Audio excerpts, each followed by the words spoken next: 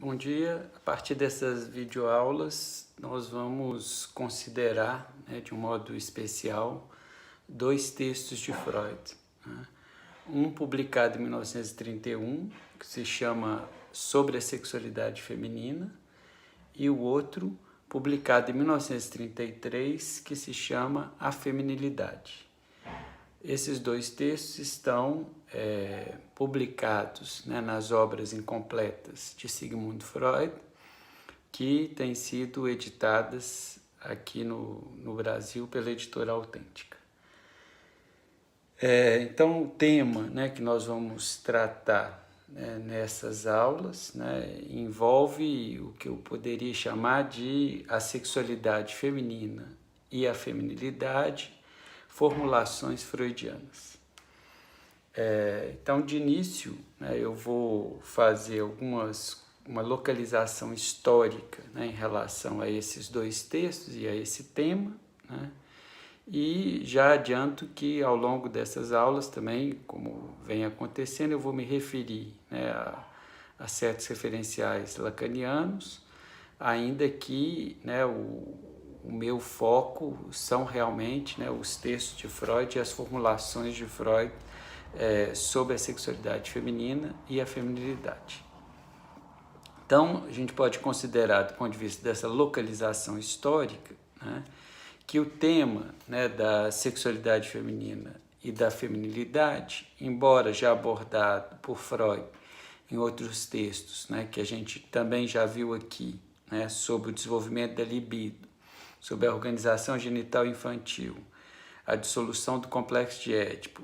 e as consequências psíquicas da diferença anatômica entre o sexo, ou seja, esses trabalhos que Freud publicou entre 1916 e 1925, embora, então, esse tema da sexualidade feminina e da feminilidade se apresente já nesses textos, ele vai ser mais focalizado nesses dois textos da década de 1930. Assim, em 1931, sai a publicação em alemão sobre a sexualidade feminina. Segundo a nota publicada no final desse artigo, na tradução que eu já citei aqui da Editora Autêntica, e que corrige um pouco a informação que foi dada antes por James Strachley, que é um psicanalista inglês que colaborou na edição das obras completas de Freud na Inglaterra. Freud escreveu esse texto sobre a feminilidade entre o final de fevereiro e o final de setembro de 1931. Conforme a informação encontrada também na nota publicada nessa tradução da Editora Autêntica, podemos dizer que Freud, cerca de um ano depois, provavelmente entre julho e setembro de 1932, redige a conferência intitulada Feminilidade e, em 1933, vai publicá-la no volume que foi intitulado de Novas Conferências Introdutórias sobre a Psicanálise, que tem esse título de Novas Conferências Introdutórias, porque Freud as vê como uma espécie de sequência e de atualização de alguns temas que ele já tratou entre 1916 e 1917 nas chamadas conferências introdutórias sobre psicanálise. Segundo essa nota publicada pela Editora Autêntica no final das novas conferências introdutórias, dessa nova conferência, mais especificamente, que é sobre a feminilidade, Freud vai adotar nesse texto um tom mais didático do que ele havia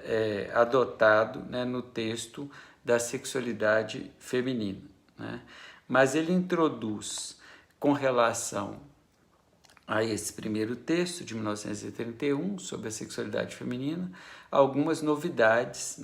em relação a esse primeiro texto.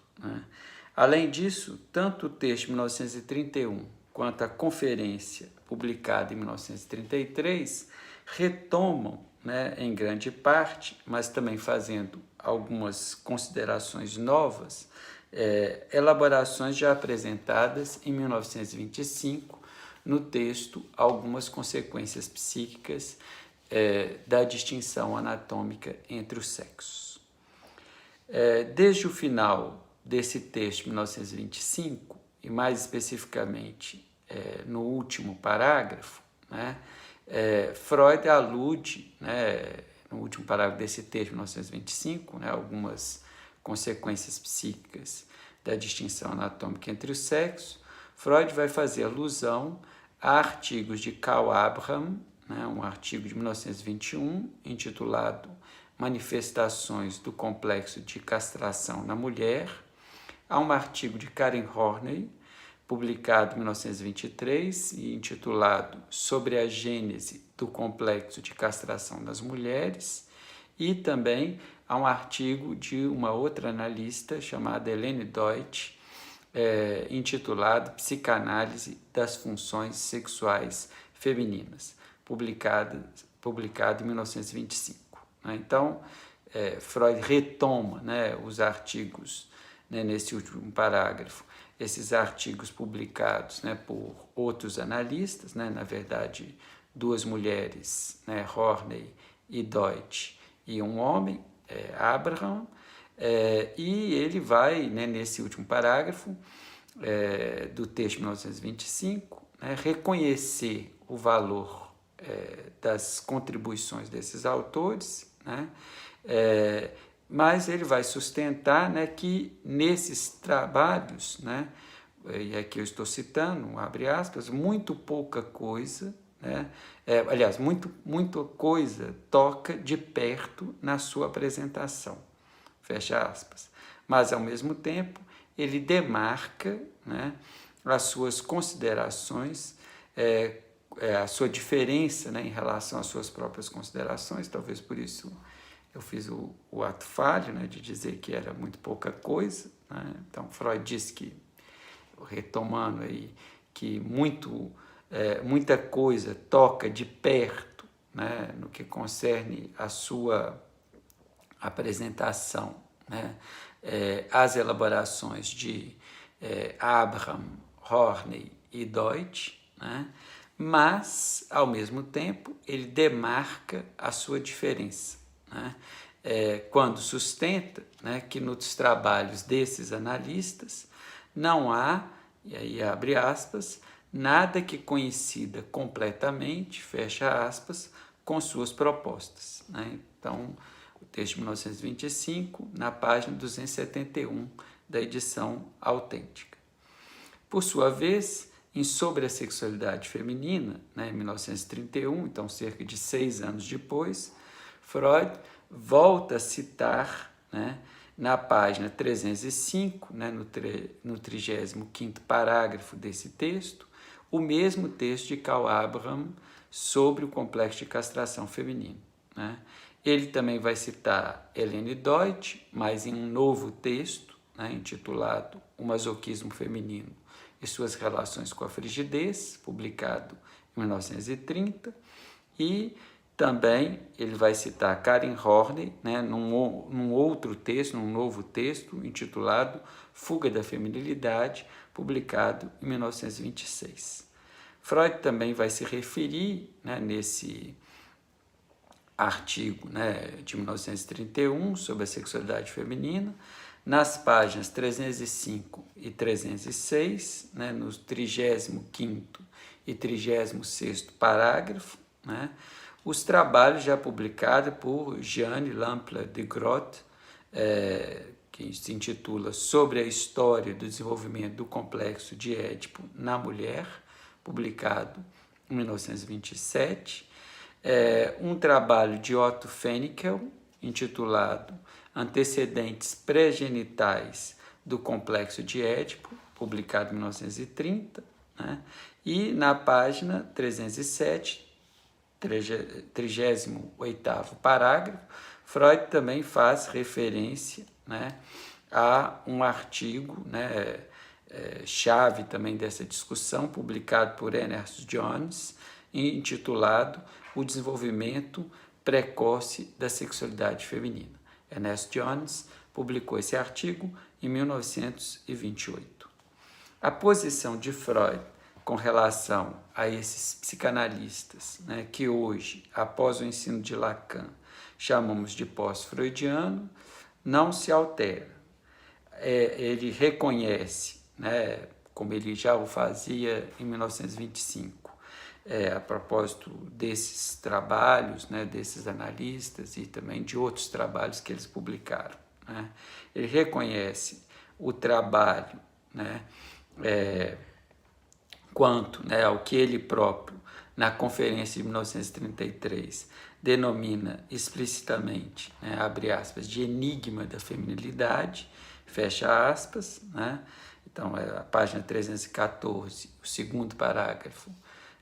de A Feminilidade, porém, ele não deixa de manifestar também as suas reservas com relação ao que cada um desses analistas puderam formular sobre a sexualidade feminina e sobre a feminilidade.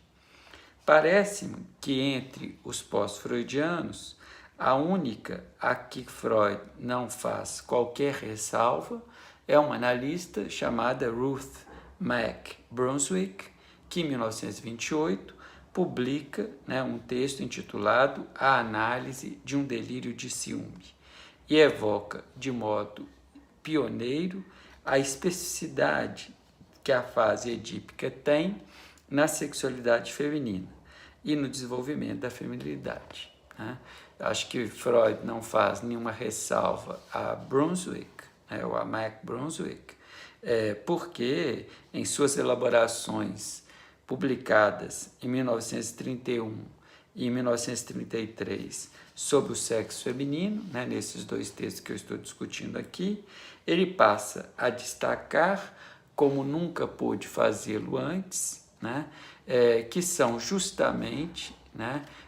os impactos do período pré-edípico na vida das mulheres que vão interessá-lo, né, a partir de então, né, e que isso não tinha sido objeto de tanto interesse antes, né. Assim, a década de 1920 e os primeiros anos da década de 1930, né, foram atravessados pelo que um psicanalista francês chamado Pierre Navot, em 1993, um livro que saiu, né, num texto publicado em 1993 e que saiu em português num livro editado pela Escola Brasileira de Psicanálise em 2017, né? Então, isso que Pierre Navot situou, né, como um debate, né, sobre a querela do falo, né, intitulou como a querela do falo, né, esse debate que atravessa aí a década de 20, né, e o início da década de 30. Ora, essa querela, né, essa discussão, né, essa briga, né, se deu porque os próprios analistas, né, não se valiam da dimensão propriamente simbólica do falo, né, que eu tentei já sublinhar, né, em várias das aulas aqui, e tendiam a reduzir o falo, mesmo, né, quando figuravam em suas conotações sociais, culturais, libidinais, ou seja, quando não o limitavam, né, a anatomia, né. Há uma certa tendência, ainda assim, né, que os pós-freudianos assimilem o falo a um mero equivalente, né, do órgão genital masculino, ou a apenas, né, a uma perspectiva masculina de se abordar a sexualidade feminina e a feminilidade, né? Então, ou seja, falta, né, segundo Pierre Navot, aos pós-freudianos, né, e Pierre Navot que se apoia no ensino de Lacan para fazer essa afirmação, né, falta a esses analistas pós-freudianos, né, a perspectiva, né, ou a noção propriamente simbólica, né, do falo, que já estava presente no texto de Freud, mas que será muito mais ressaltada e trabalhada por Lacan, né?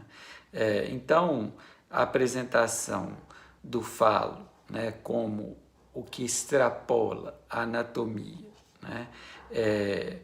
já está, por exemplo, presente, né,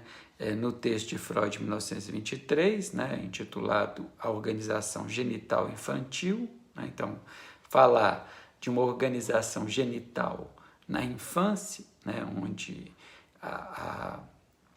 os genitais ainda não cumprem, né, propriamente a função, né, tradicionalmente considerada sexual, né, já considerar, né, que o falo, né, é tomado numa perspectiva simbólica, né, ou seja, ele não tem uma equivalência completa, né, com o órgão genital masculino, né. Então, da mesma forma, quer dizer, de que Freud vai nos levar vamos dizer, na sua concepção sobre o falo, né, simbólico, né, que Lacan depois vai estender e aprofundar, né, ele vai mostrar o quanto que essa noção também está além, né, das noções socioculturais, né, que vão ser apresentadas, por exemplo,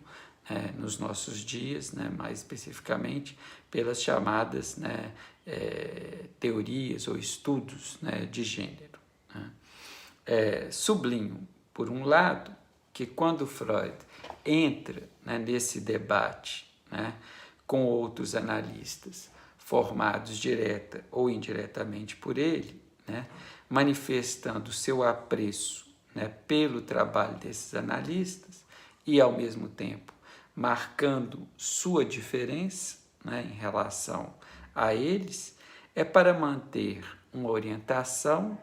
que, ao mesmo tempo, né, ainda hoje, nas críticas que a psicanálise recebe por parte de certas alas do feminino e das mais recentes políticas sustentadas, né, na noção de diversidade sexual, então, muitas vezes, essas posições, essa orientação de Freud não é levada muito em conta, a meu ver, né, por essas críticas e esses posicionamentos, né, relacionados ao feminismo e mesmo às políticas, né, atuais de diversidade sexual. Por outro lado, eu também sublinho que talvez a posição de Freud, né, não pôde ser propriamente acolhida enquanto ele estava vivo, e mesmo depois, pode explicar, né, por que a psicanálise ainda recebe críticas, né, a meu ver injustas, de ser falocêntrica, de ser binária e de ser patriarcal. É certo que depois de Freud, o ensino de Lacan vai retornar à sua orientação e, ao mesmo tempo, vai avançar no que concerne à temática da diferença sexual e, de modo especial, né, sobre a feminilidade e a sexualidade feminina. Porém, mesmo que esse ensino tenha chegado, por exemplo, aos países anglo-saxões, de onde, de início, é proveniente boa parte dos estudos e políticas sobre o gênero e sobre a diversidade sexual, essa chegada, né, do ensino de Lacan a esses países anglo-saxões, a meu ver, né, além de se fazer apenas a partir do que a gente chama de fontes secundárias, né, foram muito mais leitores, né, de Lacan que transmitiram algo do ensino de Lacan nesses países, né, não foi exatamente os textos de Lacan, ou a presença de Lacan, os seminários de Lacan, que são tomados como referência, né? Eles já são tomados, esses trabalhos de Lacan já são tomados, né, a partir de uma leitura, né, que foi feita deles por outros analistas, né? Então, isso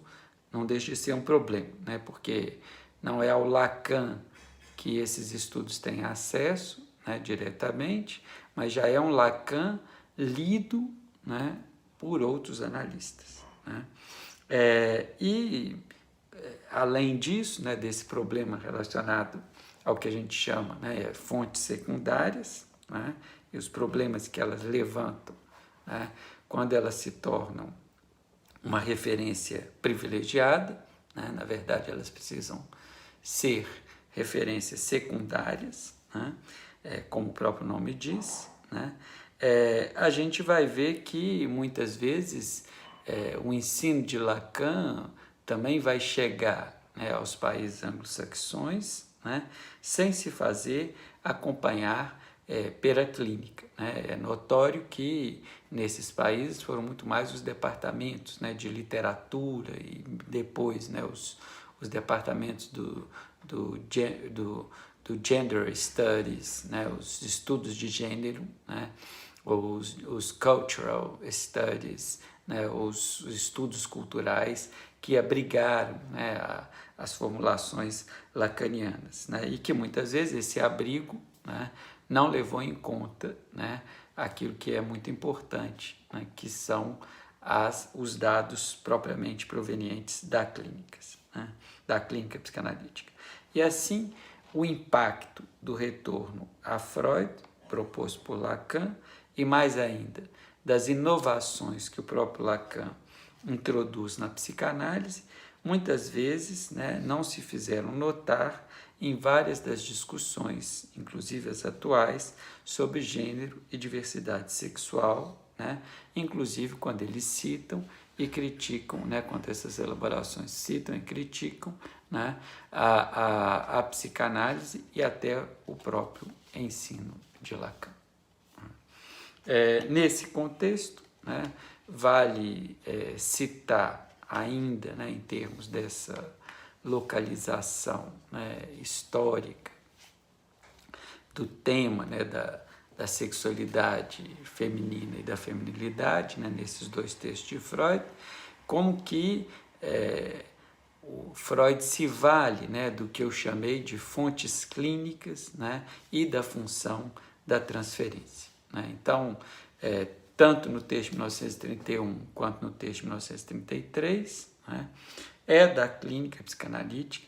que Freud extrai as suas observações, seja essa clínica praticada por ele mesmo, né, ou por seus colegas ou por suas colegas psicanalistas. Portanto, mesmo se ele já discorda de um modo ou de outro, né, das elaborações dos pós-freudianos e das pós-freudianas, né, tampouco ele deixa de utilizar dados clínicos, né, que essas elaborações lhe proporcionam, né. Sobre essa utilização, sublinho o que Freud, em A Sexualidade Feminina, texto de 1931, página 286, sétimo parágrafo, apresenta sob sua própria clínica e as práticas de analistas femininas como Jeanne Lample de Groot e Helene Deutsch, né? Então, abre aspas, citação. Talvez as mulheres em análise comigo podiam se aferrar à ligação com o pai, fecha aspas. E, abre aspas, as analistas mulheres, né, um parênteses, né, como Groth e Deutsch, né, puderam perceber de maneira mais clara, fecha aspas, a forte presença libidinal pré-edípica da mãe na vida das mulheres, abre aspas, porque as pessoas em tratamento com elas tiveram o auxílio da transferência sob um substituto adequado da mãe, fecha aspas.